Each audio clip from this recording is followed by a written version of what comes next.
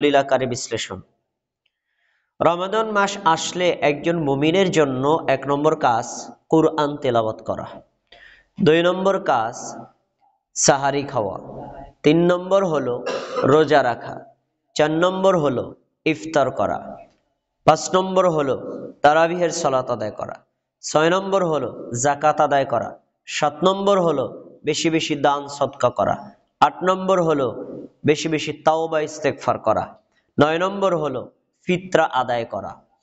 এই আমলগুলো যখন আপনি করে যাবেন তখনই আপনার জন্যই ঈদুল ফিতরের সালাত আদায় যদি আপনি করে যান, করার পর আপনি বাড়ির দিকে রওনা করেন, আল্লাহ রাব্বুল আলামিনের পক্ষ থেকেই আপনার জন্য ক্ষমা এবং অগণিত নেকির ঘোষণা। কিন্তু আমলগুলোতে যদি আমরা কম বেশি ত্রুটি বিচ্যুতি করি, ঠিক মতো আদায় করতে না পারি, তাহলে আমাদের কিন্তু আল্লাহর পক্ষ থেকে নেকির ঘোষণা, আল্লাহর পক্ষ থেকে ক্ষমার ঘোষণাও প্রত্যাশা করা যাবে না। তা আসুন আমরা আজকে এক নজরে কোরআনের আলোকে, হাদিসের আলোকে এই আমলগুলো সম্পর্কে আল্লাহ এবং তার নবীর নির্দেশনা কি জেনে নেওয়ার চেষ্টা করি। প্রথমে কোরআন তিলাওয়াত করা। যেই আমলগুলো আপনাদের সামনে পেশ করেছি, গুরুত্বগত দিক থেকে সবগুলো আমল সমান না, কোনোটা ফরজ, কোনোটা সুন্নাত, কোনোটা মুস্তাহাব, কিন্তু আমলগুলো রমজান মাস হিসেবে সবটাই গুরুত্ব বহন করে। প্রথমে কোরআন তিলাওয়াত করা, এটি রমজান মাসের ১ নম্বর কর্মসূচি। আল্লাহ সুবহানাহু ওয়া তাআলা সূরা বাকারা ১৮৫ নম্বর আয়াতে কি বলেন?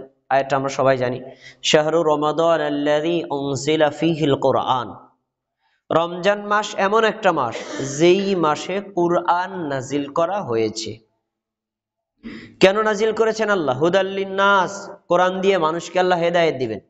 ওয়াবাইয়িনাতিম মিনাল হুদা ওয়াল ফুরকান, এই কোরআনের মধ্যে কোনটা ভুল, কোনটা সঠিক, কোনটা করণীয়, কোনটা বরণীয়, কোনটা আল্লাহ পছন্দ করেন, কোনটা আল্লাহ অপছন্দ করেন, কোনটা হেদায়েত, কোনটা গোমরাহ, এটা স্পষ্ট করে বর্ণনা করবে, যার ফলে বান্দা আল্লাহর অপছন্দনীয় কর্মগুলোকে বর্জন করবে, পছন্দীয় কর্মগুলো সে সম্পাদন করবে। আচ্ছা, পরে কি বলছেন? ফামান শাহিদা মিনকুমুশ শাহরা ফালিয়াসুমহু, এই যেই মাসে আমি কোরআন নাজিল করলাম, এই মাস যদি তোমরা কেউ পাও, তোমাদের উচিত ওই মাসে রোজা রাখা। আয়াতটি থেকে আমরা একটা শিক্ষা পাই, আল্লাহ তাবারাকা ওয়া তাআলা কোরআন নাজিল করেছিলেন রমাদান মাসের মধ্যে। কিন্তু আমরা অনেক আলেমদের মুখে এই কথাটা শুনেছি না? রাসূল সাল্লাল্লাহু আলাইহি সাল্লামের নবুয়তি জীবনের 23টা বছরে বিভিন্ন অবস্থার প্রেক্ষিতে, বিভিন্ন ঘটনার প্রেক্ষিতে আল্লাহ তাআলা বিভিন্ন সূরা, আয়াত এভাবে নাজিল করতে করতে 23 বছরে পুরো কোরআন নাজিল করলেন। এইখানে যে বলা হলো আল্লাহ নাজিল করেছেন রমজান মাসের মধ্যে, তাহলে এই রমজান মাসে নাজিল করে বাকি 11 মাসে কি নাজিল করেন নাই? আসলে এই আয়াত দ্বারা উদ্দেশ্য হলো যে রমজান মাসের বাইরেও আল্লাহ কোরআন নাজিল করেছেন, কিন্তু এইটা উদ্দেশ্য বুঝাইছে সর্বপ্রথম আমি যে লাউহে মাহফুজ থেকে প্রথম আসমানে কোরআন নাজিল করেছিলাম, ওই মাসটা ছিল রমজান মাস। সর্বপ্রথম 5টা আয়াত সূরা আলাকের, এই আয়াতগুলো নিয়ে জিবরাইল যখন আমাদের নবীর কাছে এসেছিলেন, ওই মাসটা ছিল রমজান মাস, এবং যেই রাতে এসেছিলেন ওই রাতটা ছিল কদরের রাত। তার মানে আল্লাহ তাআলা কোরআন নাজিল করেছেন রমজান মাস দিয়ে, কোরআন নাজিল করেছেন কদরের রাত দিয়ে। এখানে আপনার একটা চেইন অফ কমন মনে রাখতে হবে। দেখেন তো আপনি এটা মনে রাখা যায় কিনা। আল্লাহ তাবারাকা ওয়া তাআলার নিকটে বছরে 354-55টা রাতের মধ্যে শ্রেষ্ঠ রাত হলো কদরের রাত। আল্লাহর নিকটে বছরের 12টা মাসের মধ্যে শ্রেষ্ঠ মাস হলো কি? রমাদান মাস। আল্লাহর নিকটে সকল নবী রাসূলদের মধ্যে সবচেয়ে শ্রেষ্ঠ নবী রাসূল কে? মুহাম্মদ সাল্লাল্লাহু আলাইহি ওয়াসাল্লাম। আল্লাহর নিকটে অন্যান্য উম্মতদের নিকটে সবচেয়ে শ্রেষ্ঠ উম্মত কারা? উম্মতে মুহাম্মাদি। এখন সবকিছুর ক্ষেত্রে আল্লাহ তাআলা একটা চেইন অফ কমন রক্ষা করেছেন। আবার অনুরূপভাবে যত আসমানি কিতাব আল্লাহ তাআলা নাজিল করেছেন, সকল আসমানি কিতাবের মধ্যে শ্রেষ্ঠতম মৌলিক মূল কিতাব কি? কোরআন। দেখেন সব কিছুর সাথে একটা সম্পর্ক আছে। সর্বশ্রেষ্ঠ কিতাব আল্লাহ নাজিল করেছেন সর্বশ্রেষ্ঠ নবী মুহাম্মদ সাল্লাল্লাহু আলাইহি ওয়াসাল্লামের উপর, সর্বশ্রেষ্ঠ কিতাব আল্লাহ নাজিল করেছেন সর্বশ্রেষ্ঠ উম্মত মুহাম্মদ সাল্লাল্লাহু আলাইহি ওয়াসাল্লামের উম্মতের উপর, সর্বশ্রেষ্ঠ কিতাব আল্লাহ নাজিল করেছেন সর্বশ্রেষ্ঠ মাস রমাদান মাসের মধ্যে, সর্বশ্রেষ্ঠ কিতাব আল্লাহ তাআলা নাজিল করেছেন বছরের শ্রেষ্ঠ রাত কদরের রাতে। দেখেন সব কিছুর শ্রেষ্ঠত্বের সাথে কুরআন জড়িত আছে না নাই? আজকে যদি আপনি নিজেকে শ্রেষ্ঠ উম্মত বলে দাবি করতে চান, শ্রেষ্ঠ মুসলিম বলে দাবি করতে চান, আপনাকে কোরআন তেলাওয়াত করতে হবে, কোরআন বুঝতে হবে, কোরআন আমল করতে হবে, তবেই আপনি শ্রেষ্ঠ উম্মত বলে গণ্য হবেন। তো আল্লাহ তাবারাকা ওয়া তাআলা বাকি 11টা মাসে নাজিল করলেন না, রমজান মাসে নাজিল করেছেন এই কোরআন, তাহলে অন্যান্য মাসে তো আমরা তেলাওয়াত করবই, রমজান মাসে কি আরো গুরুত্ব দিয়ে তেলাওয়াত করা উচিত না? এজন্যই বলেছি রমজান মাসের মধ্যে একজন মুমিন আর মুসলিমের জন্য, একজন নারী আর পুরুষের জন্য যতগুলো কর্মসূচি আছে তার ভিতরে 1 নম্বর কর্মসূচি হচ্ছে কোরআন তেলাওয়াত করা। অন্যান্য মাসে যদি দৈনিক আমরা 5 মিনিট পড়ি, এই মাসে পড়ব কমপক্ষে 1 ঘন্টা। অন্যান্য মাসে যদি আধা ঘন্টা করে পড়ি তাহলে এই মাসে আরো বেশি পড়তে হবে। অন্যান্য মাসে যদি একটা সূরা অর্থ সহ পড়ি তাহলে এই মাসে আরো বেশি পড়তে হবে। কোরআন পড়া, কোরআন শেখা, কোরআন বোঝা, কোরআন তিলাওয়াত করার মাস হলো এই রমাদান মাস। তাহলে আমরা এই মাসটাতে কোরআন বেশি বেশি তেলাওয়াত করব, এটা আমাদের 1 নম্বর কর্মসূচি। 2 নম্বর, তারাউই সালাত আদায় করা। অন্যান্য মাসে আমরা তাহাজ্জুদের সালাত আদায় করি। তাহাজ্জুদ আর তারাবি একই সালাতের 2টা নাম, নামাজ এক কিন্তু নাম 2টা। রমজান মাসের মধ্যে যখন পড়বেন তখন তার নাম হয় তারাবি, রমজান মাসের বাইরে যখন পড়বেন তখন তার নামই হয় তাহাজ্জুদ। তাহাজ্জুদ আর তারাবি 2টাই মূলত কিয়ামুল লাইল, রাতের নামাজ। এখন তাহাজ্জুদ সালাত আদায় করা এটা আমাদের জন্য ফরজ না, নফল, কিন্তু রমজান মাস আসলে এটা সুন্নতে মুআক্কাদা হয়, আরো বেশি গুরুত্ব বেড়ে যায়। রমজান মাসে বাইরে নবী সাল্লাল্লাহু আলাইহি সাল্লাম কিয়ামুল লাইল আদায় করেছেন, কখনো জামাতে পড়েন নাই, আর কাউকে পড়তে অত বেশি উৎসাহ প্রদান করেননি, শুধু ফজিলত বয়ান করেছেন। কিন্তু তারাবি সালাত রাসূল সাল্লাল্লাহু আলাইহি ওয়াসাল্লাম নিজে পড়েছেন, সাহাবীদেরকে পড়তে বলেছেন, তাদেরকে নিয়ে জামাতে পড়েছেন, এবং পড়লে কি ফজিলত হবে তাও তিনি উল্লেখ করেছেন। দেখেন হাদিস, রাসূলুল্লাহ সাল্লাল্লাহু আলাইহি ওয়াসাল্লামের হাদিস, সহিহ বুখারী 2009 নম্বর হাদিস, রাসূল সাল্লাল্লাহু আলাইহি ওয়াসাল্লাম বলছেন, মান কামা রমাদান, যে ব্যক্তি রমজান মাসে কিয়াম আদায় করবে, মানে তারাবির সালাত আদায় করবে, ঈমানান, ঈমানের সাথে, ওয়াহতিসাবান, নেকির আশায়, গুফিরা লাহু মা তাকাদ্দামা মিন যামবিহি, এই তারাবির সালাত আদায় করার কারণে আল্লাহ ওই বান্দা আর বান্দির পূর্ববর্তী পাপ ক্ষমা করে দিবেন। সুবহানাল্লাহ। আমরা আমাদের পাপ যদি ক্ষমা চাই, আল্লাহর পক্ষ থেকে ক্ষমা নিয়ে নিতে আমাদের প্রত্যাশা থাকে, তাহলে আমাদের এই রমজান মাসে তারাবির সালাত আদায় করতে হবে। এর শর্তে, 1, আপনার ঈমান থাকতে হবে। ঈমানহীন ভাবে তারাবির সালাত আদায় করলে কোনো কাজ হবে না। আর আপনি তারাবির সালাত আদায় করবেন সমাজ, মানুষ, দেশ, এলাকায় দেখে আপনার প্রশংসা করবে তার জন্য না, করতে হবে আল্লাহর সন্তুষ্টির জন্য। ঈমানের সাথে নেকির আশায় তারাবির সালাত আদায় করলে আল্লাহ আপনার পাপ ক্ষমা করে দিবেন। আমরা কি চাই না আমাদের পাপ ক্ষমা হোক? তাহলে ক্ষমা পেতে হলে আমাদেরকে তারাবির সালাতের অবশ্যই প্রস্তুতি নিয়ে আদায় করতে হবে। এখন তারাবির সালাত আদায় করবেন কিভাবে, তার পদ্ধতিটা কি? তার পদ্ধতি রাসূল সাল্লাল্লাহু আলাইহি ওয়াসাল্লামের আমল থেকে পাওয়া যায়। সহিহ বুখারী 2013 নম্বর হাদিস, আবু সালামা ইবনে আব্দুর রহমান, রাসূলুল্লাহ সাল্লাল্লাহু আলাইহি ওয়াসাল্লাম মৃত্যুবরণ করার পরে এই তাবেঈ রাসূলের প্রাণ প্রিয় স্ত্রী আয়েশার কাছে জিজ্ঞেস করছেন, আন্না উসালা আয়েশা রাদিয়াল্লাহু তাআলা আনহা কাইফা কানাত সালাতু রাসূলিল্লাহি সাল্লাল্লাহু আলাইহি ওয়াসাল্লাম ফি রমাদান। হে উম্মুল মুমিনিন আয়েশা, আপনি বলেন তো রাসূল সাল্লাল্লাহু আলাইহি সাল্লাম রমজান মাসের মধ্যে রাত্রি বেলায় কি রকম, কিভাবে, কতটুকু, কোন পদ্ধতিতে কিয়ামুল লাইল আদায় করতেন? তারাবির সালাত বলেন বা কিয়ামে রমাদান বলেন বা তাহাজ্জুদ বলেন, তিনি রাত্রি বেলায় ইবাদতটা কিরকম করতেন আমাদেরকে বলেন। তাবির জিজ্ঞেস করার উদ্দেশ্য ছিল কি? আয়েশা রাদিয়াল্লাহু তাআলা আনহা থেকে নবী সাল্লাল্লাহু আলাইহি ওয়াসাল্লামের আমল শুনবেন, জানবেন, সেই অনুযায়ী নিজেও আমল করবেন। আচ্ছা, এবার ফাকালাত, রাসূলের স্ত্রী আয়েশা বলছেন, মা কানা ইয়াজিদু ফি রমাদানা ওয়ালা ফি গায়রিহি। আল্লাহ নবী সাল্লাল্লাহু আলাইহি ওয়াসাল্লামের আমলের ব্যাপারে তুমি জানতে চাইছো রমজান মাসের মধ্যে, তাই না? এবার শোনো, রমজান মাসের মধ্যে বলো রমজান মাসের বাইরে বলো, 12টা মাসেই আল্লাহ রাসূল সাল্লাল্লাহু আলাইহি সাল্লাম 11 রাকাতের বেশি সালাত আদায় করতেন না। আলা 11 রাকাতান, 11 রাকাত পড়তেন। তার 11 রাকাতের বিবরণ কি তিনি পরে বলছেন, ইউসাল্লি আরবাআন, প্রথমে তিনি 4 রাকাত সালাত আদায় করতেন। 4 মানে একই সালামে 4 না, প্রথমে 2 রাকাত পরে একটু বিশ্রাম নিতেন, তারপরে আবার 2 রাকাত পরে হালকা একটু বিশ্রাম নিতেন। এই যে বিশ্রাম বলতে ঘুম না, মানে একটু বিশ্রাম মানে একটু রেস্ট নেওয়া। আচ্ছা, 2-2-4 পড়লেন, তারপরে আবার সুম্মা ইউসাল্লি আরবাআন, 4 রাকাত পড়ার পর একটু দীর্ঘ বিশ্রাম নিতেন, এই জন্য তিনি ডিস্টেন্স করে বলছেন। আবার তিনি 4 রাকাত পড়তেন। তাই 2-2-4 আবার 2-2-4, মোট হলো কত? 8 রাকাত। আচ্ছা, সুম্মা ইউসাল্লি সালাসান, তারপরে তিনি পড়তেন 3 রাকাত বিতর। এখন প্রথম 4 পরের 4, এই 4 8 রাকাত সালাতটা কেমন হতো তার বিবরণ আয়েশা রাদিয়াল্লাহু তাআলা আনহা ওই তাবিকে বলতে চেয়েছিলেন, কিন্তু তিনি তার ভাষা খুঁজে পান নাই। তিনি বলেছেন, ওই যে 4 রাকাত সালাত এত সুন্দর ছিল, ফালা তাসআল আন হুসনিহিন্না অতুলিহিন্না, রাসূল সাল্লাল্লাহু আলাইহি ওয়াসাল্লাম ওই 4 রাকাত সালাত এত দীর্ঘ কিরাত দিয়ে পড়তেন, রুকুতে সেজদায় এবং 2 রুকু থেকে দাঁড়ানোর পরে 2 সেজদার মাঝখানে তিনি এত শান্তশিষ্টভাবে এত সুন্দর করে পড়তেন। ওই নামাজের সৌন্দর্যতার বর্ণনা, ওই নামাজের কিরাতের বর্ণনা তুমি আমাকে জিজ্ঞেস করো না, আমি তা দিতেই পারবো না। সুবহানাল্লাহ। আমরা হাদিসে 2টা শিক্ষা বের করতে পারি, শিক্ষা অনেক আছে, 2টা শিক্ষা আমি হাইলাইট করতে চাই। প্রথম শিক্ষাটা হলো, রাসূলুল্লাহ সাল্লাল্লাহু আলাইহি সাল্লামের সালাত ছিল দীর্ঘ কেরাত দিয়ে। তাহলে তারাবির সালাত আমাদের নবী আদায় করতেন কি দিয়ে? দীর্ঘ কেরাত দিয়ে, মানে একই রাকাতে বড় বড় সূরা পড়তেন।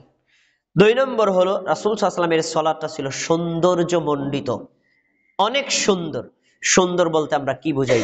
নবী সাল্লাল্লাহু আলাইহি সাল্লামের নামাজের শুরু থেকে শেষ পর্যন্ত যতগুলো দোয়া, যতগুলো আরকান, যতগুলো রুকন আছে, প্রত্যেকটা আরকান আর রুকন সবই তিনি করতেন শান্ত শিষ্টভাবে। নামাজের আত্মপন্ত কোন কর্মে তিনি তাড়াহুড়া করতেন না।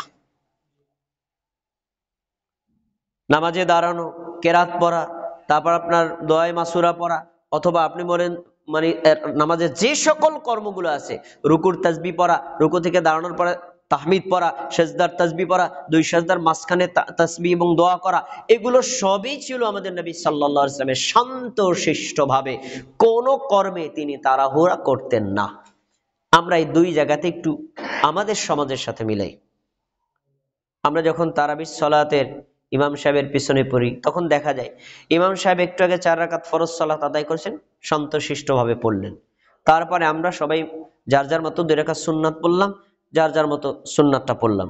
এরপরে যখন ইমাম সাহেব তারাবির সালাত শুরু করলেন, তখন তারাবিতে দাঁড়ানোর পর থেকে শেষ পর্যন্ত ইমাম সাহেবের নামাজের গতি কি দ্রুত হয় না শান্ত হয়? ফরজ সালাতের সাথে দ্রুত বেড়ে গেছে।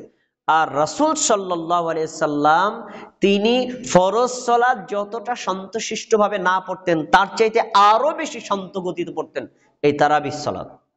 তাহলে রাসূল সাল্লাল্লাহু আলাইহি সাল্লামের সালাতের সাথে আমাদের সালাতের একটু ভিন্নতা আছে না নাই? আছে। আচ্ছা, এই জন্য আমাদের উচিত হবে, আমরা যদি তারাবির সালাতের মাধ্যমে আল্লাহর পক্ষ থেকে ক্ষমা পেতে চাই, রাসূলুল্লাহ সাল্লাল্লাহু আলাইহি ওয়াসাল্লাম যেইভাবে, যে পদ্ধতিতে, যেই সিস্টেমে, যেভাবে আদায় করেছেন, আপনাকে আর আমাকে ঠিক একইভাবে আদায় করতে হবে। একটু কম বেশি করলে আপনি এই নেকির দ্বারা আল্লাহর পক্ষ থেকে ক্ষমা পাওয়ার প্রত্যাশা করতে পারবেন না। আচ্ছা, এরপরে যাই আমরা সাহারি খাওয়া। রমজান মাসে 3 নম্বর কর্মসূচি সাহারি খাওয়া, ভোর বেলায় খাবার খাওয়া। ভোর বেলায় খাবার খাওয়াটাকে রাসূল সাল্লাল্লাহু আলাইহি ওয়াসাল্লাম বলেছেন সহিহ বুখারীতে যে তাসাহহারু ফা ইন্না ফিস সাহুরি বারাকাহ, তোমরা ভোর বেলায় উঠে খাবার খাও, কেননা এই খাবারের মধ্যেই তোমাদের রয়েছে বরকত বা কল্যাণ। তাহলে সাহারি একটা বরকতময় খাবার, সাহারি একটা কল্যাণময় খাবার। এই কল্যাণটা আপনার 2 দিক থেকেই আছে। একটা হলো নেকির দিক থেকে, ভোরবেলা উঠে যদি আপনি সাহারি খান, সাহারি খেলেও একটা নেকি পাবেন। আরেকটা হলো সাহারি খেলে আপনার রোজারও অনেক কষ্ট কমে যাবে। কেউ যদি সাহারি না খেয়ে রোজা রাখে, নিয়ত ঠিক রাখে, তাহলে তো রোজা হবে, কিন্তু কষ্ট তার কম হবে না বেশি হবে? বেশি হবে। তাই জন্য নবী সাল্লাল্লাহু আলাইহি ওয়াসাল্লাম বলছেন তোমরা সাহারি খাও, সাহারি খাওয়ার মধ্যে বরকত আছে। আরেকটি হাদিস আছে, রাসূল সাল্লাল্লাহু আলাইহি ওয়াসাল্লাম বলছেন ফাসলু মা বাইনা সিয়ামিনা ওয়া সিয়ামি আহলাল কিতাবি আকলাতুস সাহার। শোনো, ইহুদিরা রোজা রাখে, খ্রিস্টানরাও রোজা রাখে, তোমরাও সিয়াম রাখো। ইহুদি, খ্রিস্টান আর অন্যান্য অমুসলিমদের মধ্যে তোমাদের সিয়ামের মধ্যে পার্থক্য হলো তারা ভোরবেলায় খাবার খায় না, আর আমরা ভোরবেলায় খাবার খাই। তাহলে অমুসলিমদের মধ্যে আর মুসলিমদের মধ্যে ইবাদতকে পার্থক্য করতে গেলে আপনাকে ভোরবেলায় খাবার খেতে হবে। ওজোর বশত কেউ যদি টেন না পায়, তাহলে ভোরবেলা না খেয়েও যদি সে নিয়ত করে, তার রোজা হয়ে যাবে। কিন্তু ইচ্ছাকৃতভাবে ভোরবেলায় সাহারি খাওয়া বর্জন করা উচিত না। যদি করেন তাহলে এটা ইহুদি খ্রিস্টানদের মতো রোজা হয়ে যাবে। আচ্ছা, এবার আরেকটি আমল আমাদের সমাজে প্রচলিত নাই, কিন্তু আমরা করলে করতে পারি। সেটা হলো ভোরবেলায় আমরা যখন ঘুম থেকে অনেক সময় ঘুমিয়ে যাই, তারাবি পড়ে ভোরবেলায় টের পাই না, তখন আমাদের সমাজের মসজিদগুলোতে দেখা যায় ভোরবেলায় সাহারি খাওয়ার জন্য লোকদেরকে ডেকে উঠায়। কিন্তু রাসূল সাল্লাল্লাহু আলাইহি ওয়াসাল্লাম এবং সাহাবীদের জামানায় নিয়ম ছিল ভোরবেলায় সাহারি খাওয়ার জন্য, জাগরণ করার জন্য তারা আজান দিতেন। এখন আপনারা বলবেন, যদি আজান দেয় আমরা কেমনে বুঝবো এটা কি ফজরের আজান না সাহারির আজান? বুঝবো কিভাবে? পার্থক্য আছে।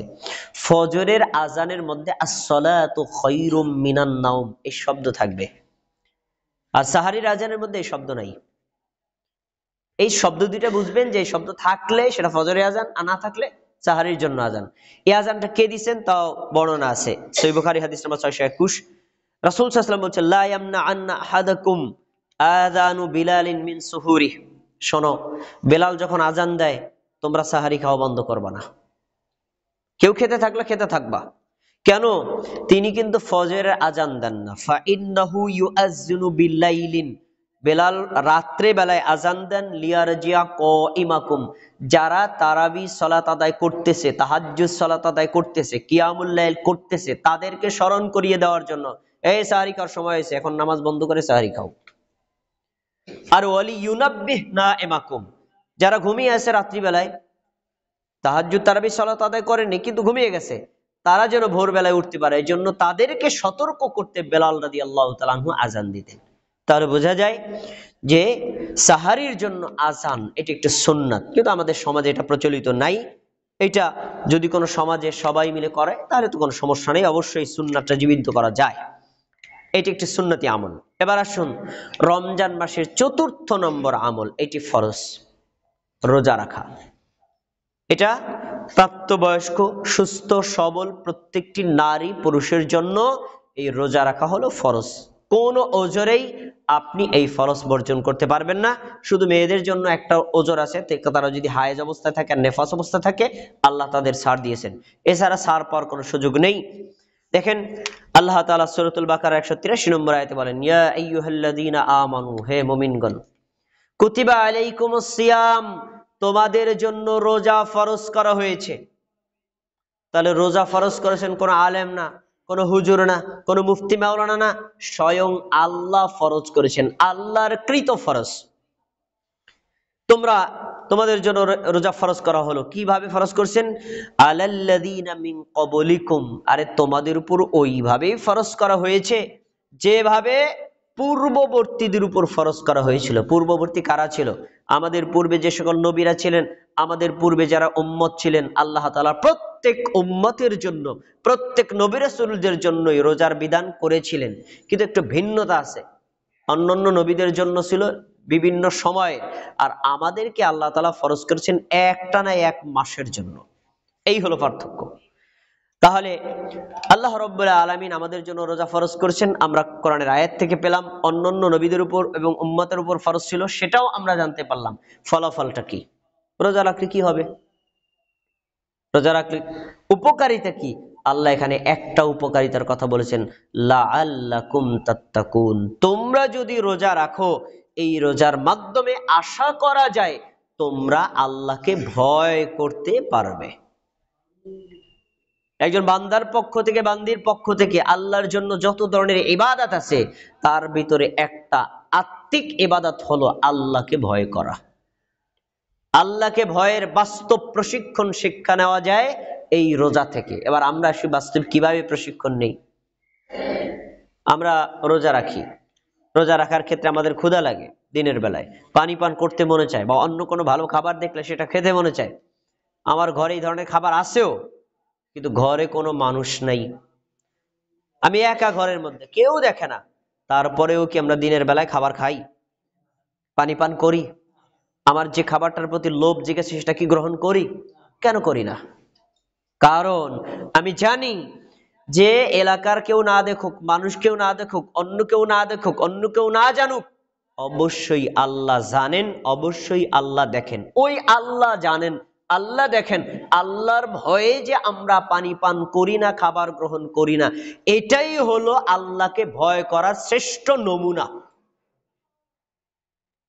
আর এই নমুনার শিক্ষা পায় একজন মুমিন এই রোজার মাধ্যমে। এজন্য আল্লাহ বলছেন লাআল্লাকুম তাত্তাকুন, আশা করা যায় রোজা রাখলে তোমরা আল্লাহকে ভয় করা শিখবে। রোজা রাখলে ফজিলত কি? সহিহ বুখারীর হাদিসে রাসূল সাল্লাল্লাহু আলাইহি ওয়াসাল্লাম বলছেন, মান সামা রমাদান, যেই ব্যক্তি রোজা রাখে ঈমানান, ঈমানের সাথে, ওয়াহতিসাবান, নেকির আশায়, গুফির লাহু মা তাকাদ্দামা মিন যামবিহি, নেকির আশায় ঈমানের সাথে রোজা রাখলে আল্লাহ তার পাপগুলো ক্ষমা করে দিবেন। সুবহানাল্লাহ। তাহলে এই হাদিস থেকে আমরা পেলাম রমজান মাসে রোজা আল্লাহ ফরজ করেছেন। রোজা যদি আমরা রাখি, আমরা আল্লাহকে ভয় করা শিখবো। রোজা যদি আমরা রাখি, আল্লাহ আমাদের পাপগুলো ক্ষমা করে দিবেন। রোজার অনেক ফজিলত আছে। আরেকটা হাদিস বলছি আপনাকে, হাদিসটা আপনারা মূল সাবস্টেন্সটা সবাই জানেন। আল্লাহ তাবারাকা ওয়া তাআলা বলেন যে কুল্লু আমালি ইবনে আদম লাহু, আদম সন্তান, আমরা তো সবাই আদম সন্তান, যত আমল করে সব আমলগুলো তার নিজের জন্য, সব আমলগুলো তার নিজের জন্য, ইল্লা সিয়াম, তবে একটা আমল আছে, এই আমলটা স্পেশাল শুধু আমার জন্য। তো নামাজ কার জন্য? নামাজও আল্লাহর জন্য। যাকাত কার জন্য? আল্লাহর জন্য। দান কার জন্য? আল্লাহর জন্য। এগুলো আল্লাহর জন্য, কিন্তু এই রোজাটাকে আল্লাহ শুধু স্পেশাল নিজের জন্য ঘোষণা করেছেন, ইল্লা সিয়াম, এই রোজাটা শুধু আমার জন্য, ফাইন্নাহু লি, এটা আমার জন্য, ওয়া আনা আজজি বিহ, আর এই রোজার পুরস্কার আমি আল্লাহ নিজেই প্রদান করব। সুবহানাল্লাহ। তাহলে বোঝা যাচ্ছে আপনি যদি রোজা রাখেন, রোজার পুরস্কার আল্লাহ তাবারাকা ওয়া তাআলা তার নিজ হাত দিয়ে প্রদান করবেন। আর রোজা ব্যতীত আপনি নামাজ, হজ, যাকাত, দান, সাদাকা, অন্যান্য যে সকল আমলগুলো করেন, ওই আমলেরও পুরস্কার আল্লাহ দিবেন, কিন্তু তার নিজ হাত দিয়ে দিবেন না, ফেরেশতাদের মাধ্যমে দিবেন। এখন আমরা সাধারণত এভাবে বুঝি যে এই চন্দ্রপুর ইউনিয়ন বা চিকন্দি ইউনিয়ন পরিষদের চেয়ারম্যান যদি আমাকে বলে যে আপনাকে পুরস্কার দেওয়া হবে, পুরস্কার আকৃতি কতটুকু হতে পারে? আর আমাদের দেশের প্রধানমন্ত্রী যদি ঘোষণা করে যে আমি তাকে পুরস্কার দেবো, তাহলে এই আকৃতিটা, পুরস্কারের মানটা কি একটু বড় হবে না ছোট হবে? অবশ্যই বড় হবে। আল্লাহ রাব্বুল আলামিন নামাজের নেকি ফেরেশতাদের মাধ্যমে দিবেন, আপনার যাকাতের নেকি ফেরেশতাদের মাধ্যমে দিবেন, আপনি যতটুকু আমল করেছেন ততটুকু পাবেন। কিন্তু আল্লাহ রাব্বুল আলামিন সিয়ামের ব্যাপারে নির্ধারিত কোনো আমল ঘোষণা, নেকি ঘোষণা করেন নাই। এটা বলেছেন এই ইবাদতটা স্পেশাল আমার জন্য, এর পুরস্কার আমি আল্লাহ নিজে দিব। আল্লাহ যদি দেন, নেকির পরিমাণ কম হবে না বেশি হবে? কত বেশি? আল্লাহু আ'লাম, আল্লাহ ছাড়া আমরা কেউ জানি না। তাহলে এরকম শ্রেষ্ঠ নেকি নেওয়ার অফুরন্ত সুযোগ হলো রোজা রাখার মাধ্যমে। তাই রমজান মাসে আমাদের বড় একটি কর্মসূচি হবে রমজান মাসে রোজাকে রাখা। আমরা এই ব্যাপারে পূর্ব থেকে পরিকল্পিতভাবে আমল শুরু করব, যাতে একটা রোজাও আমাদের কখনো ছুটে না যায়। 5 নম্বর আমল হচ্ছে ইফতার খাওয়া বা ইফতার অন্যজনকে খাওয়ানো। সূর্য যখন পশ্চিম দিকে অস্ত যাবে, সূর্য ডুবে যাওয়ার সাথে সাথে একজন মুমিন ইফতার করবে, এটাই হলো সঠিক সুন্নাহ। রাসূল সাল্লাল্লাহু আলাইহি ওয়াসাল্লাম বলেছেন, মান ফাত্তারা সাইমান কানা লাহু মিসলু আজরিহি গায়রা আন্নাহু লা ইয়ানকুসু মিন আজরি সাইমি শাইআ। কেউ যদি কোনো রোজাদারকে ইফতার করায়, আমি রোজা রেখেছি, আপনি আমাকে ইফতার করালেন, আপনি রোজা রেখেছেন, আমি আপনাকে ইফতার করালাম, সেটা পানি দিয়ে হতে পারে, দুধ দিয়ে হতে পারে, খেজুর দিয়ে হতে পারে, অন্য কোনো খাবার দিয়ে হতে পারে। যদি কেউ আর এক রোজাদারকে ইফতার করায়, রাসূল সাল্লাল্লাহু আলাইহি ওয়াসাল্লাম বলেছেন, যেই লোকটা সারা দিন রোজা রেখে যতটুকু নেকি অর্জন করলো, ইফতার করানেওয়ালা লোকটাকে আল্লাহ সেই পরিমাণ নেকি দিয়ে দিবেন। এ হাদিসের ব্যাপারে অনেক মা বোন ভুল বোঝেন, তাদেরকে একটু বুঝিয়ে বলা দরকার। আমি রোজা রেখেছি, আপনি আমাকে ইফতার করালেন, আমি সারাদিন রোজা রেখে যে নেকি পেয়েছি, আপনি আমার সব নেকি নিয়ে গেলেন, তা আমার নাকি গেল কোথায়? এই জন্য অনেক মা বোন কারো বাড়িতে ইফতারও করতে চায় না, আমার নাকি তুমি নিয়ে যাবা, সারাদিন কষ্ট করলাম। শোনেন, আল্লাহ তাআলা হলেন নেকির ভান্ডারের মালিক, তার ভান্ডারে নেকির কোনো অভাব নেই। এই জন্য নবী সাল্লাল্লাহু আলাইহি ওয়াসাল্লাম পরের অংশে বলে দিচ্ছেন, লা ইয়ানকুসু মিন আজরিস সাইমি শাইআ। আরে রোজাদারকে ইফতার করানোর মাধ্যমে যে ব্যক্তি ইফতার করাইলো, সে সম্পূর্ণ নেকি নিলেও রোজাদারের নেকি এক চুল পরিমাণও কমবে না। আল্লাহ তাকেও দিবেন, একেও দিবেন। এজন্য আমরা আমাদের সাধ্যমতো কোনো মুমিন মুসলিম ভাই যারা আছেন, বোন যারা আছেন, তাদেরকে সাধ্যমতো ইফতার করানোর চেষ্টা করব, যাতে আমরা নিজেও আমরা রোজার নেকি অর্জন করতে পারি, আবার ইফতার করানোর মাধ্যমেও নেকি নিতে পারি। ইফতার কখন করতে হবে? ইফতার করতে হবে সূর্য অস্ত যাওয়ার সাথে সাথে। ইফতারের সাথে আকাশ অন্ধকার হওয়ার কোনো সম্পর্ক নাই, ইফতারের সাথে আজানের কোনো সম্পর্ক নাই, ইফতারের সাথে আপনি একদম পুরা অন্ধকার হতে হবে এমন কোনো শর্ত নাই। ইফতারে শুধু একটাই শর্ত, রাসূল সাল্লাল্লাহু আলাইহি ওয়াসাল্লাম বলছেন, ইযা গরাবাতিশ শামসু আফতারা সাইম। সূর্য যখন ডুবে গেল, রোজাদার ইফতার করবে। কিন্তু আমরা বাংলাদেশে যারা ইফতার করি, তারা ইসলামী ফাউন্ডেশনের ক্যালেন্ডারকে ফলো করে করি। এক মাস ব্যাপী তারা রোজার সাহারি এবং ইফতারের ক্যালেন্ডার ঘোষণা করেন। সেখানে নিচে লেখা থাকে বিশেষ দ্রষ্টব্য। বিশেষ দ্রষ্টব্য কি? সতর্কতার জন্য সূর্যাস্তের 3 মিনিট পরে ইফতারের সময় নির্ধারণ করা হলো। সূর্যাস্ত যায় ধরেন 21 মিনিটে, 6টা 21 মিনিটে, কিন্তু ওনারা ওই সতর্কতার জন্য 3 মিনিট যুক্ত করে, তা 3 আর 21 কত হয়? 24 মিনিটে। 24 গিয়ে তারা আজানের ঘোষণা দেয়। এই যে 3 মিনিট ওয়েট করা হয়, অপেক্ষা করা হয়, এটা ইসলামী শরীয়তে জায়েজ নাই। সূর্য অস্ত যাওয়ার সাথে সাথেই ইফতার করতে হবে, এটাই সুন্নাত। এখন বলবেন, ভাই 3 মিনিটে কি হইব? 12 ঘন্টা থাকতে পারছি, 3 মিনিটে কি মরে যাবো নাকি? আর 3 মিনিট না ভাই, আরো যদি 1 ঘন্টা পরেও খান, আপনি মরবেন না, এটা সত্য। কিন্তু আপনি এমন একটা বড় কল্যাণ থেকে বঞ্চিত হবেন, যা আরো 5 দিন রোজা রেখে অর্জন করতে পারবেন না। কি জাতীয় কল্যাণ থেকে মানুষ বঞ্চিত হয় যদি ইফতার দেরি করে। রাসূল সাল্লাল্লাহু আলাইহি ওয়াসাল্লাম বলেন, লা ইয়াজালুন নাসু বিখাইরিন মা আজ্জালুন ফিতরা। শোনো, আমার উম্মত ততদিন পর্যন্ত কল্যাণের মধ্যে থাকবে, অবশ্যই তারা নেকির মধ্যে থাকবে, উত্তমতার মধ্যে থাকবে, যতদিন পর্যন্ত তারা তাড়াতাড়ি ইফতার করবে। এই তাড়াতাড়ির মিনিং কি? সূর্য ডোবার আগেই না, সূর্য ডোবার সাথে সাথেই, আর দেরি করা যাবে না, এই তাড়াতাড়ি অর্থ। তাহলে হাদিস থেকে বোঝা গেল, যদি কেউ দেরি করে ইফতার করে, উম্মতে মুহাম্মাদির অকল্যাণ হয়, আর যদি তাড়াতাড়ি ইফতার করে, সমগ্র মুসলিম জাতির কল্যাণ হয়। আমলটা ছোট, কিন্তু তার প্রভাব অনেক বেশি।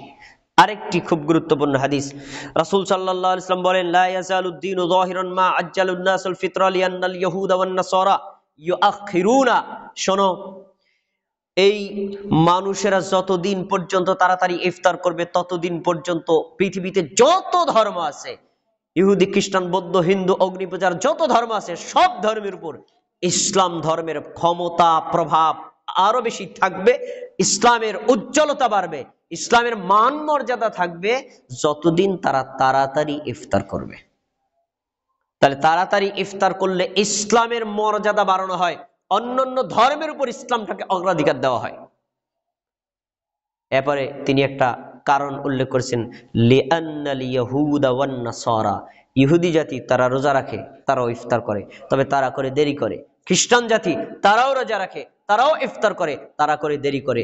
এখন তোমরাও যদি দেরি করে করো তাহলে তোমার ইফতার ইহুদির ইফতার এক হয়ে গেল, তোমার ইফতার খ্রিস্টানের ইফতার এক হয়ে গেল। আর তুমি যদি তাড়াতাড়ি করো তোমার ইফতার মুমিন মুসলমানদের সাথে মিলে গেল। তাই সূর্য অস্ত যাওয়ার সাথে সাথে ইফতার করতে হবে। এ বিষয়ে অবহেলা আছে বেশি আমাদের মা বোনদের। আমার মা ইফতারের পূর্বে রান্না বান্না ইফতারের সবকিছু রেডি করতেন। তো রান্নাঘর গুছগাছ করা, ঝাড়ু মোছা দেওয়া সব রেডি। মা আজান দিয়ে ফেলছে, ইফতার করবেন না। আরে বেটা চুপ থাক, 5 মিনিট আর কি হইবে, কেবল তো আজান দিল। তো এরপরে মা গুছগাছ করতে করতে আজানেরও আরো 5-7 মিনিট পরে ইফতার করতেন। আরে ভাই, বেশি দেরি করে ইফতার করার মধ্যে কোনো কল্যাণ আর নেকি নাই, বরং তাড়াতাড়ি ইফতার করার মধ্যেই কল্যাণ আছে। তাই ইফতারের পারফেক্ট সময়টা জেনে আপনি যথাসময়ে ইফতারের আগেই প্রস্তুতি নিয়ে ইফতারকে সামনে রেখে বসবেন, এটা একটা সুন্নাত। তাহলে আমরা রমজান উপলক্ষে যতগুলো আমল পেলাম তার ভিতরে 5ম নাম্বার হলো ইফতার নিজে করা, অন্য মুসলিমকে ইফতার করানো। এবার 6 নম্বর আমল, রমজান মাসে বেশি বেশি দান করা। ভাই, দান সারা বছরই করতে হয়, তবে রমজান মাসে দানের পরিমাণটা কি বাড়বে না কমবে? বাড়বে। কিন্তু আমরা এই ক্ষেত্রে যথেষ্ট কার্পণ্যতা করি। রাসূল সাল্লাল্লাহু আলাইহি ওয়াসাল্লামের একটা হাদিস দেখেন, তাহলে আপনি বুঝতে পারবেন নবী সাল্লাল্লাহু আলাইহি ওয়াসাল্লামের সুন্নাতটা কি। আন্না ইবনে আব্বাসিন ক্বালা কানা নবী সাল্লাল্লাহু আলাইহি ওয়াসাল্লাম আজওয়াদান নাস বিল খাইর। রাসূলের সাহাবী তার চাচাতো ভাই আব্দুল্লাহ ইবনে আব্বাস রাদিয়াল্লাহু তাআলা আনহু বলছেন, পৃথিবীতে যত মানুষ আছে তার ভিতরে সবচেয়ে বেশি দানশীল ছিলেন মুহাম্মদ সাল্লাল্লাহু আলাইহি ওয়াসাল্লাম। তিনি সবচেয়ে বেশি দানশীল ছিলেন। দান করা এটা নবীর গুণ, দান করা এটা রাসূলের গুণ। এরপরে তিনি বলছেন, ওয়া কানা আজওয়াতু মা ইয়াকুনু ফি রমাদান হিনা ইয়ালকাহু জিবরিল। রমজান মাসে যখন জিবরাইল আমাদের নবীর সাথে দেখা করতে আসতেন, ওহির বাণী নিয়ে আসতেন, ওহির বিধান নিয়ে আসতেন, কোরআন তেলাওয়াত নিজে পড়ে শোনাতেন, আবার নবীর থেকে শুনতেন, তখন আমাদের নবীর দানের পরিমাণ আরো বেড়ে যেত। এবার পরের বাক্যটা আরো কঠিন, দেখেন, ওয়াকানা জিবরিল আলাইহিস সালাম ইয়ালকাহু কুল্লা লাইলাতিন ফি রমাদান হাত্তা ইয়ানসালিকা আলাইহি ইয়ারিদু আলাইহিন নবী সাল্লাল্লাহু আলাইহি ওয়াসাল্লাম কুরআন। রমজান মাসে প্রত্যেক রাতে জিবরাইল আলাইহিস সালাম আমাদের নবীর কাছে আসতেন, এসে বলতেন, আমি আপনাকে কোরআন তেলাওয়াত করে শোনাই, আপনি শোনেন। তারপরে বলতেন, আপনি আমাকে শোনান, আমি শোনাই, আমি শুনি, আপনি পড়ে শোনান, আমি শুনি। জিবরাইল মুহাম্মদ সাল্লাল্লাহু আলাইহি ওয়াসাল্লামকে পড়ে শোনাতেন, মুহাম্মদ সাল্লাল্লাহু আলাইহি ওয়াসাল্লাম শুনতেন, মুহাম্মদ সাল্লাল্লাহু আলাইহি ওয়াসাল্লাম পড়তেন, জিবরাইল আলাইহিস সালাম শুনতেন। এটা ছিল প্রত্যেক রাতের কারবার। এখন কি বলছেন, ফাইযা লাকিয়া জিবরিলু কানা আজওয়াদু বিল খাইরি মির রিহিল মুরসালা।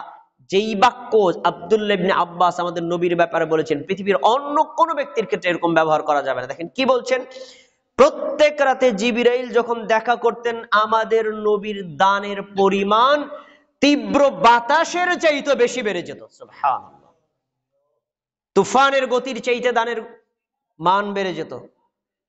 আমরা যদি এই হাদিসকে টাকা দিয়ে ব্যাখ্যা করি তাহলে এভাবে বললে একেবারে খারাপ হবে না। রমজান মাসের বাইরে যদি একদিনে আপনি 1 টাকা দান করেন, তাহলে রমজান মাসের একদিন আপনার দান করা উচিত কমপক্ষে 1 লক্ষ টাকা। রমজান মাসের বাইরে যদি একদিনে 1 টাকা দান করে, রমজান মাসে দান করা উচিত 1 লক্ষ টাকা।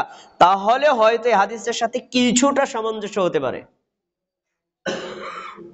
আমরা এতটা করতে না পারি, কিন্তু তারপরেও তো রমজানের বাইরে সাথে রমজানের ভিতরে কি আমাদের দানের পরিমাণ বেশি বাড়ানো যায় না? অবশ্যই উচিত, কিন্তু এটা পরিকল্পিতভাবে বাড়াতে হবে। আপনি এই যে আজকে জুমার সালাত আদায় করতে এসেছেন, সাধারণত আমরা জুমার সালাত আদায় করতে আসলে কেউ হয়তো 10 টাকা 20 টাকা দান করে না। পরিকল্পিতভাবে দান করবেন যে আমি প্রত্যেক জুমায় কমপক্ষে 50 টাকা করে আল্লাহর ঘরে দিব, প্রত্যেক জুমায় আমি 100 টাকা করে দিব। এভাবে যদি আমি 100 টাকা করে দেই, 4 জুমায় দিলে আমার আল্লাহর ঘরে 400 টাকা জমা হলো। এখন যদি আপনি রমজানের বাইরে আপনি 50 টাকা করে দেন, রমজানের ভিতরে আপনি পরিকল্পনা বাড়ায় নেন, আমি রমজান মাসের মধ্যে যে কয়টা জুমা আছে, এই জুমাতে আমি আগের মাসে দিতাম হলো 50 টাকা করে, এই জুমাতে আমি দিব 200 টাকা করে, আমি দেব 100 টাকা করে। এইভাবে পরিকল্পিতভাবে দানের পরিমাণ বাড়াতে হবে। তাই রমজান মাসে আমাদেরকে আল্লাহর রাস্তায়, মসজিদে, মাদ্রাসায়, এতিমখানায়, অসহায়দের, গরিব ভিক্ষুক যারা আছে তাদেরকে বেশি বেশি দান সদকা করতে হবে। এটি রমজান মাসের আমলগুলোর মধ্যে অন্যতম একটি আমল। 7 নম্বর, রমজান মাসে যাকাত দেওয়া। যদিও যাকাতের সম্পর্কটা রমজান মাসের সাথে না, কিন্তু আমরা রমজান মাসে এই ফজিলতটা এই জন্যই বর্ণনা করি, 12টা মাসের মধ্যে আমাদের বাকি 11 মাস মনে থাকে না, কিন্তু রমজান মাস আমরা কেউ ভুলি না। আমরা তো ভুলি না, হিন্দুরাও বলে না, এই মাসটা বেশি স্মরণে থাকে। তাই আমাদেরকে, যারা আমরা যাকাত যাদের উপর ফরজ হয়েছে, তাদের উচিত এই রমজান মাসটাকে যাকাত হিসেবে নির্ধারণ করা। এখানে একটা কথা আপনাদেরকে বলে রাখি যে আপনারা যদি এই বছরে জানুয়ারিতে যাকাত দেন, পরের বছরে আবার গিয়ে জানুয়ারিতে যাকাত দেন, এইভাবে যাকাত আদায় করলে কিন্তু যাকাত হবে না। কারণ এই যাকাতের সম্পর্ক, রোজার সম্পর্ক, ইসলামের যাবতীয় ইবাদতের সম্পর্কটা কিন্তু এই আরবি মাসের সাথে, ইংরেজি মাসের সাথেও না, বাংলা মাসের সাথেও না। তাই আপনাকে এই বিষয়টা মনে রাখতে হবে যে আমি আরবি মাস যদি হিসাব করতে চাই, অন্যান্য মাস আমার মনে থাকে না, কিন্তু রমজান মাসটা মনে থাকে। এই জন্য রমজান মাসটাকে যাকাতের জন্য নির্ধারণ করলে আবার পরের বছর রমজান আসলে আপনার মনে পড়বে গত বছর দিয়েছি বা দিতে হবে। 1। 2 নম্বর হলো, আমরা জানি যে রমজান মাসের বাইরে দান করলে যে নেকি হয়, রমজান মাসের মধ্যে দান করলে কি একটু নেকি বেশি হয় না কম হয়? বেশি হয়। যদিও আমাদের দেশে অনেকে বলে যে 70 গুণ বেশি, কিন্তু এই হাদিসটা বিশুদ্ধ না। 70 গুণ কথা না, আল্লাহ নেকি বেশি দেন, কত আল্লাহ ভালো জানেন। এজন্য আমরা যাকাত আদায় করার জন্য এই মাসটাকে নির্ধারণ করতে পারি। আল্লাহ তাআলা বলেছেন, ওয়াকিমুস সালাত, তোমরা সালাত কায়েম করো, ওয়া আতুজ যাকাত, তোমরা যাকাত আদায় করো, ওয়ারকাউ মা'আর রাকিঈন, রুকুকারীদের সাথে রুকু করো। এই আয়াতে, সূরা বাকারা 43 নম্বর আয়াতে আল্লাহ নির্দেশ করেছেন তোমরা যাকাত আদায় করো। তাহলে যাকাত আদায় করা ফরজ। আমাদের সমাজে অনেক মানুষ আছেন যাকাত তার উপর ফরজ হয়েছে, কিন্তু তারা আদায় করেন না। তাদের জন্য একটা হাদিস আমি এখান থেকে পেশ করছি। রাসূল সাল্লাল্লাহু আলাইহি ওয়াসাল্লাম বলছেন, মান আতাহুল্লাহু মালান ফালাম ইউআদ্দি যাকাতাহ, আল্লাহ যাকে যাকাত আদায় করার মতো নেসাব পরিমাণ সম্পদ দিয়েছেন, কিন্তু লোকটা যাকাত আদায় করলো না, যাকাত না দেওয়ার কারণে এই অনাদায়ী যাকাত এবং যাকাতের সম্পদ দুইটা একত্রে, 1 লক্ষ টাকা আমার ব্যাংকে ছিল, গত রমজান থেকে এই রমজান পর্যন্ত আমার 2,500 টাকা যাকাত এসেছে, আমি যাকাত না দেওয়ার কারণে ওই 2,500 আর মূল যে টাকা, মোট 1 লক্ষ টাকাকে আল্লাহ কি করবেন? মুসিলালাহু ইয়াউমাল কিয়ামাতি সুজাআন আকরা, আল্লাহ তাআলা এই টাকাটাকে একটা বিষধর সাপে রূপান্তরিত করবেন। আর এতটাই বিষধর যে এই সাপের মাথায় থাকবে 2টা তিলক, বিষের তীব্রতায় 2টা তিলক থাকবে। কি করবে? এই সাপ কিয়ামতের দিন তাকে দংশন করবে। দংশন করবে কোন জায়গায়? ইয়াখুযু বিলিহিজামাইহি, 2 গালের মাঝখানে। ভাই 2 গালের মাঝখানে কি থাকে? মুখ। মুখের উপর সে দংশন করবে। দংশন করবে তখন আপনি ভাববেন, এই সাপটা আমার কামড় দেখে লিখে আমি আবার কি অপরাধ করছি? তখন সাপ আপনারে বলবে, আপনি কেন কামড় দিচ্ছে বলবে, শুনুন, বলবেন কি? সুম্মা ইয়াকুলু আনা মালুকা আনা কানজুকা, আমি তোর সেই ব্যাংকে রাখা 1 লক্ষ টাকা যেই টাকার তুই যাকাত আদায় করিসনি। তাহলে এই হাদিস প্রমাণ করে যারা যাকাত দেয় না, গরিবের হক গরিবের কাছে ফেরত দেয় না, কিয়ামতের দিন আল্লাহ রাব্বুল আলামিন এই যাকাতহীন মুমিন আর মুসলমানকে এভাবে সাপ দিয়ে দংশন করাবেন। তাই আমাদের উচিত হবে যার সম্পদে যাকাত ফরজ হয়েছে এই যাকাতগুলো আদায় করে দেওয়া। স্পেশাল যদি আমরা রমজান মাসে দেই তাহলে অনেকটাই ভালো। এবার আমাদের জন্য রমজান মাসে 8 নম্বর আমল হচ্ছে ইতিকাফ করা। ইতিকাফ শব্দের অর্থ হলো আটক থাকা, আবদ্ধ থাকা। আল্লাহ সুবহানাহু ওয়া তাআলা ইসলাম ধর্মের মধ্যে বৈরাগ্যবাদকে হারাম করেছেন। আপনি সংসার, টাকা পয়সা, ইনকাম, ব্যবসা বাণিজ্য সবকিছু বন্ধ করে দিয়ে জঙ্গলের মধ্যে যায় আল্লাহ আল্লাহ জিকির করবেন, এটা ইসলাম ধর্মের সমর্থন করে না। কি? আপনার দুনিয়াবি কাজও চলবে, আপনার সংসার পরিবারও চলবে, আবার আল্লাহর ইবাদতও হবে। তবে সারাটা জীবনের মধ্যে আল্লাহ তাআলা বছরে মাত্র 10টা রাত আর দিন আপনার জন্য বলেছেন যদি চাও এই 10টা রাত আর দিন তোমরা একটু একান্ত নিবৃত্তে থেকে আল্লাহর ইবাদত করতে পারো। আর একান্ত নিবৃত্তি থেকে ইবাদতটার নামই হলো ইতিকাফ। রমজানের শেষ 10টা রাত এবং দিনে নবী সাল্লাল্লাহু আলাইহি ওয়াসাল্লাম তার সারা জীবন আল্লাহর ঘর মসজিদে ইতিকাফ করেছেন। এমনকি মৃত্যুর আগের বছরেও তিনি রমজান মাসে মসজিদে ইতিকাফ করতেন। ইতিকাফ একটি সুন্নতি আমল, তাই আমাদের রমজান মাসে এই সুন্নতে মুআক্কাদা আমলটাকে সম্পাদন করার পূর্ব পরিকল্পনা নিয়ে করতে হবে। আপনার যদি কোনো কাজকর্ম থাকে 20 রমজানের মধ্যে সব কাজকর্ম সেরে ফেলবেন। আপনার যদি কেনাকাটা অন্য কোনো কর্ম থাকে 20 রমজানের আগে সব সেরে ফেলবেন, যেন শেষ 10টা রাত আর দিনে আল্লাহর ঘরে থেকে একান্তভাবে আল্লাহর নিকটে আপনি আল্লাহর কাছে থেকে গিয়ে ইবাদত করতে পারেন। এটা ইসলামী শরীয়তের একটি গুরুত্বপূর্ণ সুন্নাত আমল। রাসূল সাল্লাল্লাহু আলাইহি ওয়াসাল্লামের স্ত্রী আয়েশা রাদিয়াল্লাহু তাআলা আনহা বলেন, ইদা দাখালাল আশরু আহিয়াল লাইলা ওয়া আইকাযা আহলাহু ওয়া জাদ্দা ওয়া শাদ্দাল মিজার। নবী সাল্লাল্লাহু আলাইহি ওয়াসাল্লামের অভ্যাস ছিল রমজান মাসের শেষ 10টা রাত আসলে, মানে 20তম রাত চলে গেলে 21তম রাত যখন আসতো, তখন নবী সাল্লাল্লাহু আলাইহি ওয়াসাল্লাম শেষ 10টা রাতে সারা রাত ইবাদত করতেন, নিজে করতেন, নিজের পরিবার সন্তান স্ত্রী তাদেরকে জাগিয়ে দিতেন। এমনকি ইবাদতের পূর্ব প্রস্তুতির জন্য নিজের লুঙ্গিটাকে শক্ত করে বেঁধে নিতেন। সুবহানাল্লাহ। তাহলে বোঝা যাচ্ছে রমজান মাসে প্রথম দশকের চাইতে মাঝের দশকের ইবাদতের গতি হবে বেশি, মাঝের দশকের চাইতে শেষ দশকের গতি আরো বেশি হবে। এই গতিটা যদি আপনি ধরে রাখতে চান, আপনাকে এই সুন্নতে মুআক্কাদা আমল ইতিকাফ করতে হবে। 9 নম্বর হচ্ছে লাইলাতুল কদর তালাশ করা। আমি কিন্তু শিরোনাম দিয়েছি লাইলাতুল কদর তালাশ করা। আমি বলতে পারতাম যে রমজান মাসের 27তম রাতে ইবাদত করা, এটা বলি নাই। কিন্তু আমাদের সমাজের মানুষ মনে করে রমজানের 27তম রাতেই হলো কদর, এমনটি মনে করে না কি করে না? এটা হলো হতে পারে, কিন্তু নিশ্চিত করে কেউ বলতে পারবে না। তালাশ করতে বলা হয়েছে। রাসূল সাল্লাল্লাহু আলাইহি ওয়াসাল্লাম বলছেন তাহাররাউ লাইলাতুল কদর, তোমরা লাইলাতুল কদর তালাশ করো। আবার বলছেন মান কানা মুলতামিসা ফালিয়ালতামিসা ফিল আশরিল আওয়াখির, যে ব্যক্তি লাইলাতুল কদর তালাশ করতে চায় সে যেন শেষ 10টা রাতে তালাশ করে। তার মানে রমজান মাসের 20তম দিন আর রাত চলে যাওয়ার পর 21তম রাত থেকে শুরু করে 30 আর 29তম রাত পর্যন্ত এই 10টা অথবা 9টা রাতের যে কোনো একটা রাতে কদর আছে। কোন রাতে? আল্লাহু আ'লাম, আল্লাহই ভালো জানেন। আপনি যদি কদর তালাশ করতে চান আপনাকে 10টা রাতেই ইবাদত করতে হবে। 10টা রাতে যদি আপনি অক্ষম হন, হাদিসে আরেকটু ছাড় দেওয়া হয়েছে। ঠিক আছে 10টা রাতে পারো না, তাহলে বেজোর 5টা রাতে করো। 21তম রাত, 23তম রাত, 25তম রাত, 27তম রাত আর 29তম রাত। আরে এটাতেও যদি অক্ষম হও, কমপক্ষে 21 আর 27 এই 2টা রাতে অবশ্যই আপনাকে গুরুত্ব দিয়ে করতে হবে। কারণ 21তম রাতে লাইলাতুল কদর হওয়ার বুখারীতে হাদিস আছে, আর 23তম রাতে লাইলাতুল কদর হওয়ার প্রমাণ আবু দাউদের হাদিসে আছে, আর 27তম রাতের লাইলাতুল কদর হওয়ার প্রমাণও আবু দাউদের হাদিসে আছে। রাসূল সাল্লাল্লাহু আলাইহি ওয়াসাল্লামের জামানায় 21তম রাতে লাইলাতুল কদর কিভাবে হলো? সাহাবায়ে কেরাম নবীর সাথে মাঝের 10টা রাতে ইতিকাফে বসলেন। 20তম দিন ফজর সালাত আদায় করার পরে সবাই গাট্টি বস্তা বাঁধছে, বাড়ি চলে যাবে।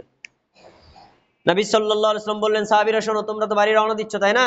হ্যাঁ, আমাকে লাইলাতুল কদর দেখানো হয়েছে, আমি দেখলাম স্বপ্নে যে লাইলাতুল কদরের রাতে আমি কাদামাটির উপর সেজদা দিচ্ছি। তা আমার মতামত হলো তোমরা বাড়িতে না গিয়া বাকি 10টা রাতে ইতিকাফ করো।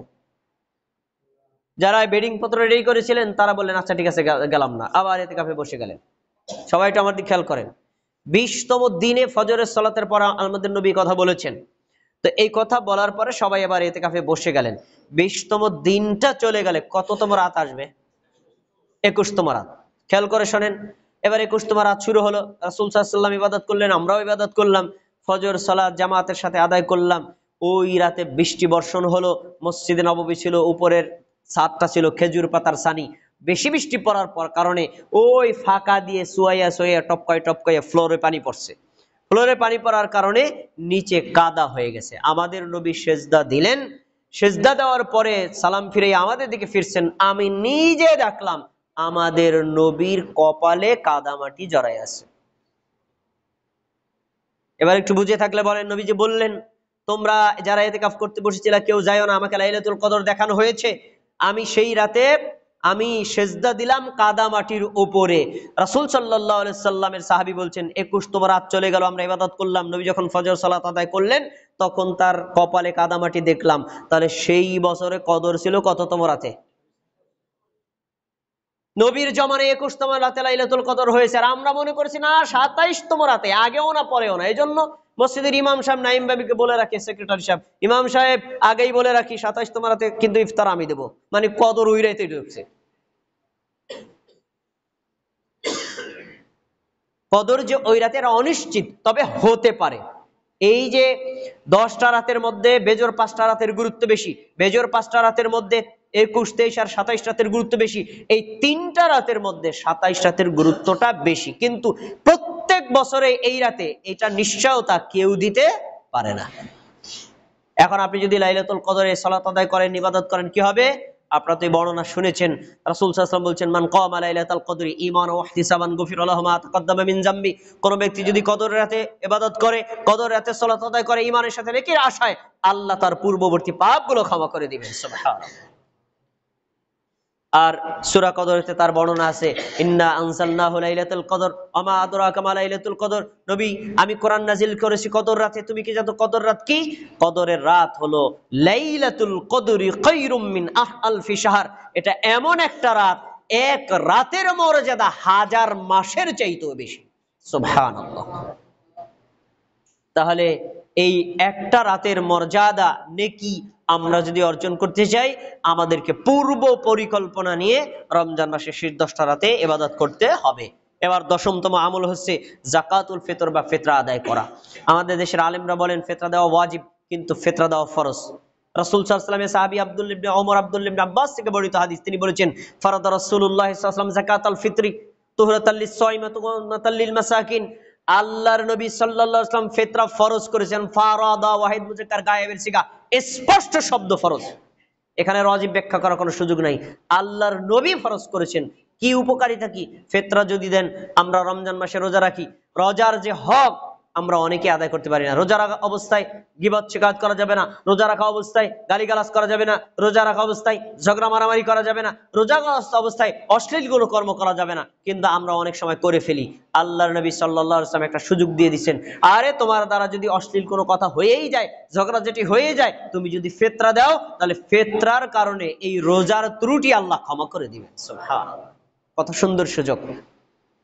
এখন ফিতরা দিবেন, তার পরিমাণটা কি? আমরা তো প্রত্যেক বছর ইসলামী ফাউন্ডেশনের দিয়ে তাকিয়ে থাকি, তাকিয়ে থাকার কোনো দরকার নাই।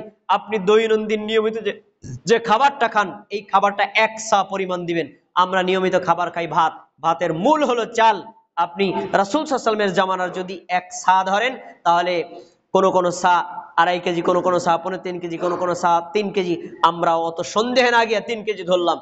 আপনি আপনার প্রত্যেক পরিবারে যে কজন সদস্য আছে, এক একজন সদস্যের পক্ষ থেকে 3 কেজি করে চাল দিয়ে দিবেন। আপনার পরিবারে যদি 5 জন সদস্য থাকে, 3 পাঁচা 15 কেজি চাল দিয়ে দিবেন। আপনার নবীর এবং সাহাবীদের দেখানো সুন্নাত অনুযায়ী ফিতরা আদায় হয়ে যাবে। প্রিয় ভাইরা, এটা হলো 10মতম আমল। 11তম আমলটা বলে আমি আমার আলোচনা শেষ করছি। 11তম আমলটা খুবই গুরুত্বপূর্ণ। সেটা হলো আমরা রমজান মাস এই 10টা আমল করি। 10টা আমল করার পর আল্লাহ রাব্বুল আলামিন রমজান মাসের শেষের দিকে আমাদের জন্য ক্ষমার ঘোষণা করেন। এই 10টা আমল যেই সেই বান্দাবান্দি করলো, আমি তাদেরকে ক্ষমা করে দিলাম। কিন্তু সব মুমিন আর সব মুসলিমকে ক্ষমা করা হয় না। তিরমিজির হাদিস, এই হাদিস আপনারা আলেম ওলামাদের মুখ থেকে শুনেছেন। নবী সাল্লাল্লাহু আলাইহি সাল্লাম রমজান মাসে এই মেম্বারের প্রথম তাকে উঠলেন, বললেন আমিন, দ্বিতীয় তাকে উঠলেন, বললেন আমিন, তৃতীয় তাকে উঠলেন, বললেন আমিন। সাহাবায়ে কেরাম বললেন, আল্লাহ নবী আগে তো এরকম কখনো বলেন নাই, আপনি আমিন আমিন কেন বললেন? নবী সাল্লাল্লাহু আলাইহি ওয়াসাল্লাম এর একটা ব্যাখ্যা করে বলেছেন যে এর ভিতরে একজন ব্যক্তি হচ্ছে যে রমজান মাস পেল, ফালাম ইউগফার লাহ, রমজান মাস চলেও গেল কিন্তু তাকে ক্ষমা করা হলো না। ক্ষমার শ্রেষ্ঠ মৌসুম, শ্রেষ্ঠ মাস হলো রমজান মাস। আর এই রোজার মাধ্যমে পাপ ক্ষমা হয়, ইফতারের মাধ্যমে পাপ ক্ষমা হয়, সাহারির মাধ্যমে পাপ ক্ষমা হয়, তারপরে তারাবির মাধ্যমে পাপ ক্ষমা হয়, আর কোরআন তেলাওয়াতের মাধ্যমে পাপ ক্ষমা হয়। এগুলো কত সুযোগ পেল, এগুলো আমলও করলো না, ক্ষমাও পেল না। এই লোকটা ধ্বংস হোক। জিবরাইল আমাকে প্রস্তাব দিয়েছেন, আমি আমিন বলেছি। তাহলে হাদিস প্রমাণ করে রমজান মাসে কেউ যদি ক্ষমা না পায় তাহলে তার জন্য অত্যন্ত দুঃসংবাদ। তো রমজান মাসে ক্ষমা আপনি কেমনে পাইবেন? ক্ষমা চাওয়া লাগবে না? ক্ষমা তো চাইতে হবে, তারপরে পাবেন।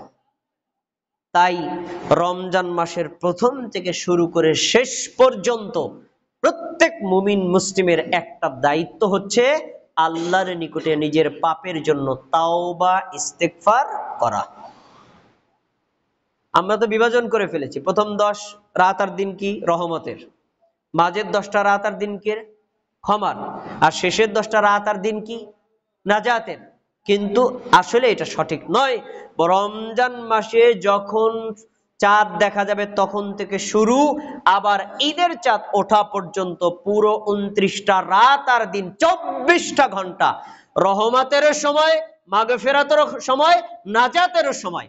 এজন্য আপনি যে কোনো সময় যে হালতে থাকেন আল্লাহর কাছে নিজের পাপের জন্য বেশি বেশি তাওবা ইস্তেগফার করবেন। আল্লাহ তাবারাক ওয়া তাআলা আমাদের সবাইকে রমাদান মাস উপলক্ষে এই 11টি আমল বেশি বেশি করে সম্পাদন করে আল্লাহর পক্ষ থেকে ক্ষমা নেওয়ার তৌফিক দান করুন। আমিন।